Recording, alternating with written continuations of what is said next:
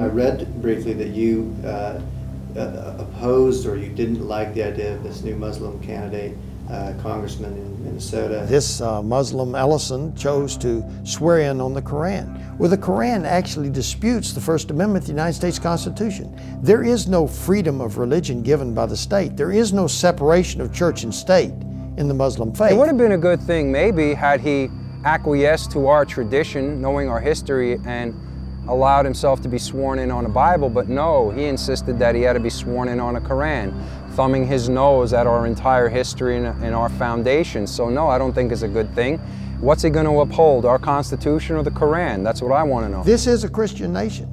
It has not only been declared to be so by the United States Supreme Court in 1892, but because of its institutions, because of its founding, because of its form of government, and so forth. Morally, we're a moral cesspool, and we're a nation that has flung the knowledge of the true and living God far from us. We don't want His commandments, we don't want prayer, we don't want the Bible, but we'll bring in false gods, we'll bring in false priests, we'll bring in false ministers, and they'll pray to these false gods, and maybe America can turn out the way India is right now. This definitely is not the America my parents raised me to believe in.